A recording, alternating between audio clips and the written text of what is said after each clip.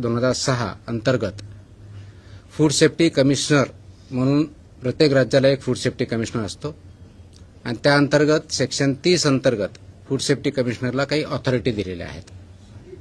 त्या ऑथॉरिटीला पब्लिक हेल्थच्या in the interest of public health मध्ये काही फूड आयटम्समध्ये जर प्रोहिबिट करायचं असेल पर्टिक्युलर पिरियडसाठी किंवा पर्टिक्युलर एरियामधून तर ती ऑथॉरिटी फूड सेफ्टी कमिशनरला स्टेट फूड सेफ्टी कमिशनरला कायद्यानं दिलेली आहे. कायद्याचं कलम 30 सब क्लॉज 2 त्याचा सब क्लॉज ए किंवा अ असं आपण म्हणूया 30 सब क्लॉज 2 त्याचा सब क्लॉज ए याच्यानुसार दिलेले आहे.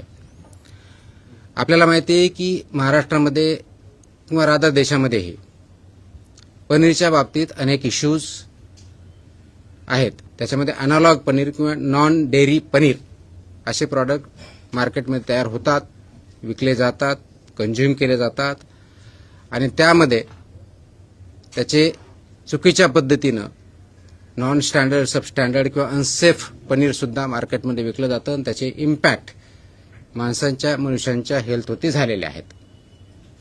आणि म्हणून कायद्यानं दिलेल्या अधिकाराचा वापर करून कलम 30 सब क्लॉज 2 सब क्लॉज अ नुसार महाराष्ट्र राज्यामध्ये 30 जुलै 2026 रोजी आपण नोटिफिकेशन काढून जे अनालॉग पनीर किंवा नॉन डेअरी पनीर जे आहेत याच्या उत्पादन, प्रक्रिया, साठवणूक, वाहतूक, वितरण व विक्रीवर आपण बंदी घातलेली आहे.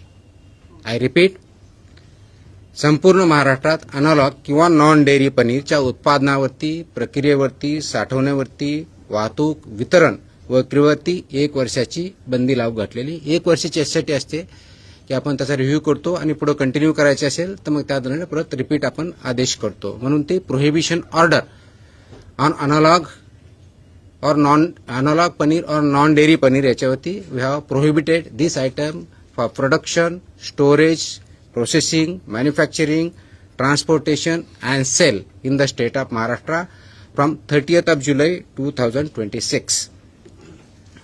दिस is as per the section 32A. हे आपला जो फसाईचा कायदा आहे 2006चा कलम 30(2) अ अंतर्गत आपण केलेला आहे.